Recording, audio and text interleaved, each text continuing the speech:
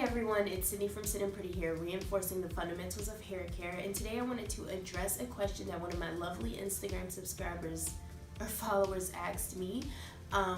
Basically, what tips would I have for someone who wanted to break into the hair industry or the beauty industry? I wrote down 10 tips that I think are necessary both before, during, and after you decide to join the beauty industry. I tried to put them in order and I tried to kind of create a timeline. However, I did kind of make this kind of quick because time is limited, but in the future, if I feel like this video needs to be updated, then I would be more than happy to come on here and do that for you. My first tip, whether you are coming out of high school or you're an adult who just wants to change career paths, the first tip I would have for you is to take a gap year. I think everybody should take a gap year. I think in American culture, I don't even want to say Western culture, I think in American culture it's just kind of frowned upon.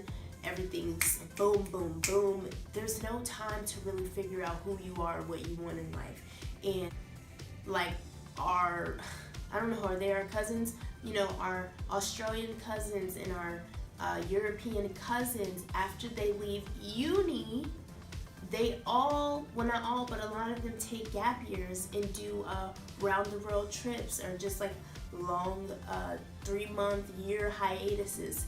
And I think that this should be incorporated into American culture more. So even if you may not be able to actually travel, I think it is important to at least take a year off to really discover who you are and what you truly want in life, because I would say there are probably more people than there aren't who enter industries like the beauty industry thinking it's going to be a quick come up or their ticket out, and they quickly discover that they do not have a passion for it, because while it seems glamorous and it seems fun, this industry will burn you out quickly if you do not have passion for what you are doing. So that's my first tip, is just to make sure that you take time to explore who you are and what you truly want out of life. My second tip would be to educate yourself on marketing and other business operations first. I believe that the beauty industry, when it comes to being a hairstylist or a makeup artist, aesthetics, whatever, I believe that it's probably 20% labor and the rest business operations and marketing. And this could vary based on whether you are self-employed as a independent stylist or you are employed at a salon. You know, that does make the difference, but it seems like most people want to be self-employed, so I'm specifically talking to you. If you don't get that part down, you will find yourself experiencing major setbacks, because it does not, talent matters, but talent is cheap.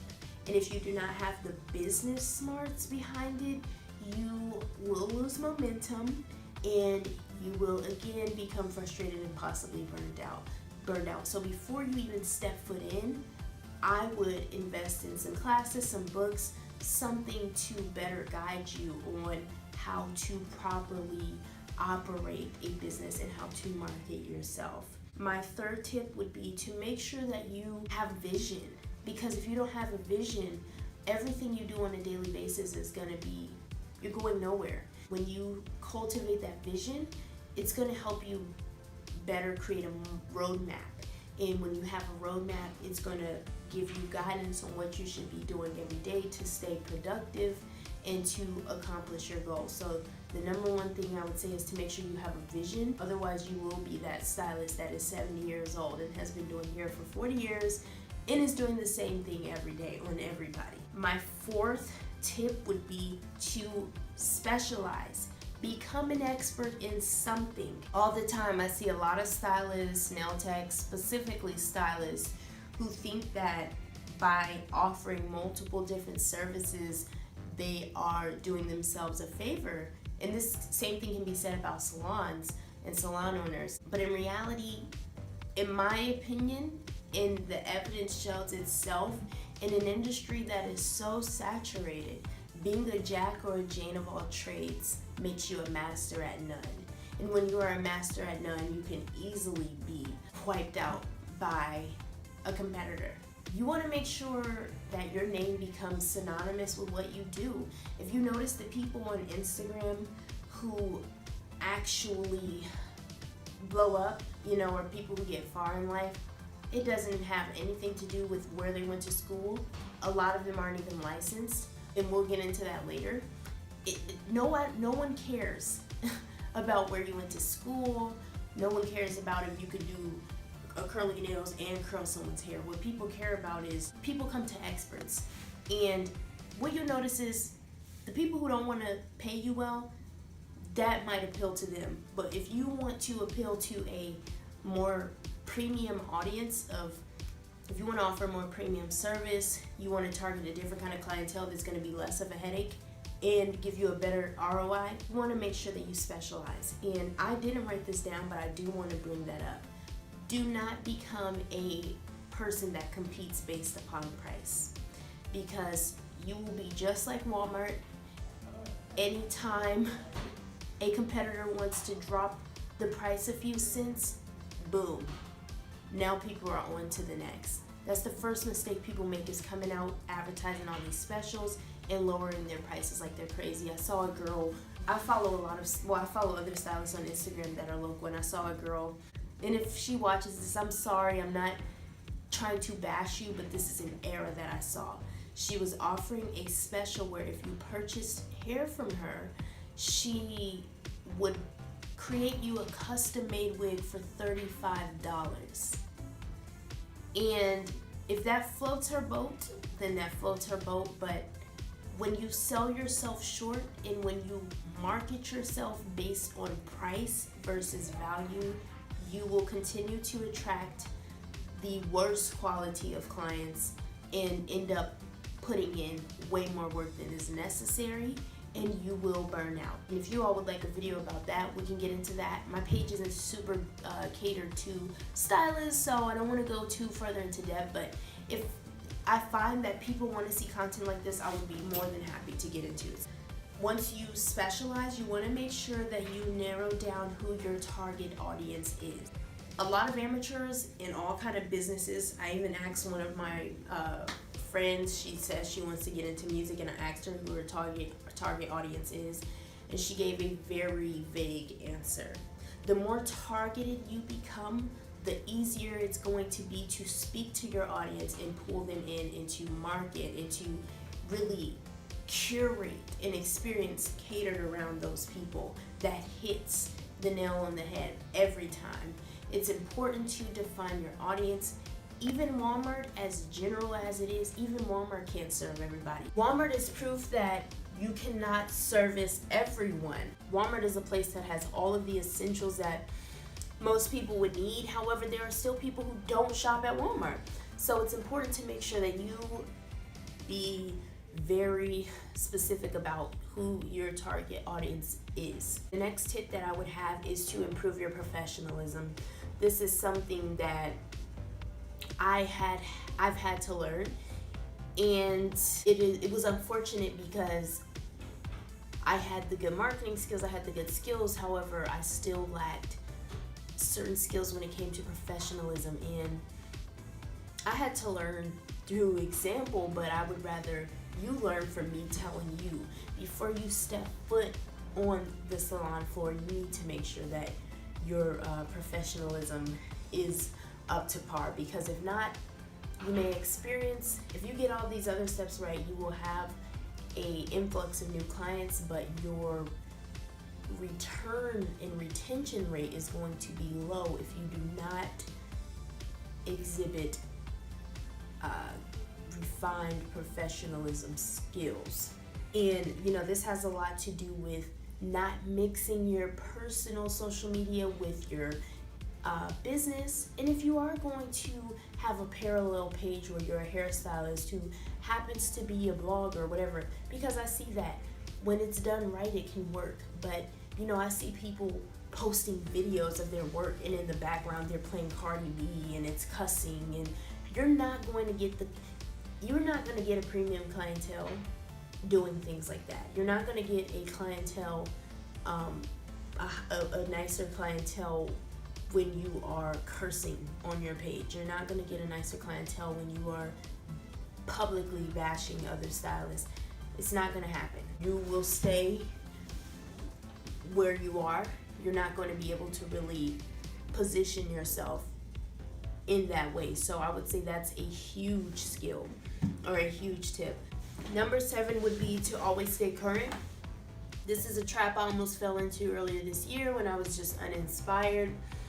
If you do not stay current, I'm not saying you have to know every new trend or actually do every new trend, but you should at least equip yourself with the know-how.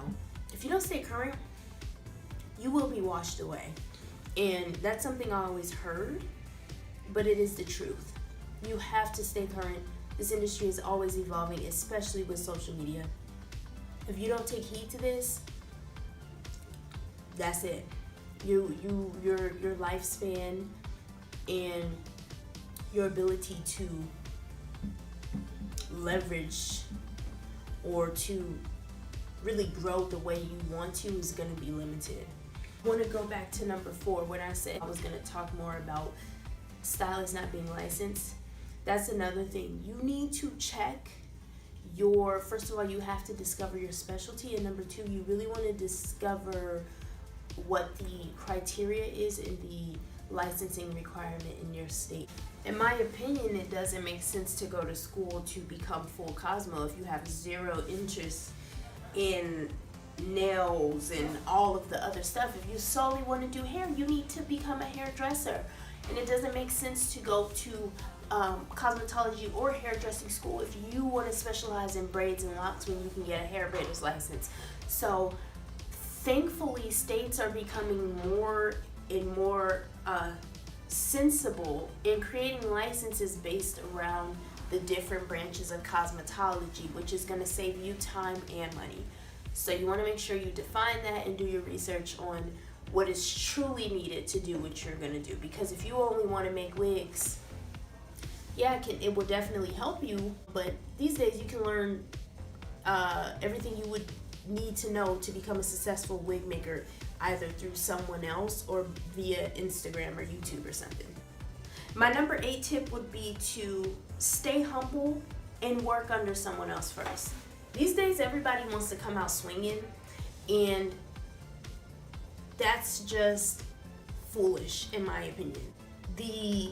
Even though I came out swinging, as somebody who came out swinging, I'm trying to let you know that you will save yourself a lot of time, money, and setbacks by staying humble and humbling yourself enough to be able to work under someone else. This is going to help you improve, and this is going to save you a lot of time and setbacks and confusion. So you want to make sure that you are always humble enough to be a learner and stay a student even when you are not in school. My next tip would be to learn from your mistakes and always stay encouraged and give yourself grace. Every day I make a mistake, which I'm sure you do too. Some days I make more mistakes than others, and some mistakes have a larger impact than others. But what I've taught myself is I just have to understand that I'm learning. I'm a student of life, and I have to be grateful. As long as I don't continue to do the same thing, then it is what it is. It's either a blessing or a lesson. Either way, it's a blessing because you're learning. So don't beat yourself up, and always learn from your mistakes. This is how you're going to improve at a higher and faster rate than the people around you, because a lot of people aren't willing to humble themselves and learn from their mistakes. And my last tip for now would be to learn how to sell. I would highly suggest anyone get a job in retail prior to starting their own business, because sales is so important. Sales are so important, and becoming good at sales is going to help you maximize your money.